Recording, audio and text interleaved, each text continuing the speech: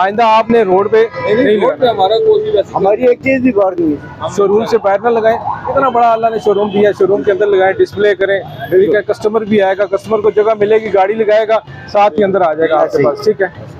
तो ये बताएं, अभी आप ट्रैफिक की रवानी को किस तरह देख रहे हैं? सर ये जब से ये दुकानों का सामान शटर के अंदर गया है ना, उसकी वजह से जो है ट्रैफिक का भी सिस्टम ठीक हो गया है और कस्टमर के लिए भी बड़ी सहूलत हो गई है कि कस्टमर इजीली जो सा गाड़ी पार्किंग मिलती है, जगह मिलती है, वो गाड़ी खड़ी करके और परचेजिंग करता इजी हो गया, दुकानदार भी और कस्टमर भी। पहले तो ये था ना कि जब आपके यहाँ सामान होता था, बाहर कस्टमर खड़ा होता था, उसको फिर हम रिमूव कर देते थे, चलान करते थे, वो फिर कहता था यहाँ से सामान लेना, मैं आगे चला जाता हूँ, वो आगे चला जाता था। सर इसकी वजह से काफी ज्यादा जगह बन गई है, आके गाड़ी लगती है, प्रॉपर इजी हो गया है, उसकी वजह से हमारा बहुत कस्टमर लूज हुआ था।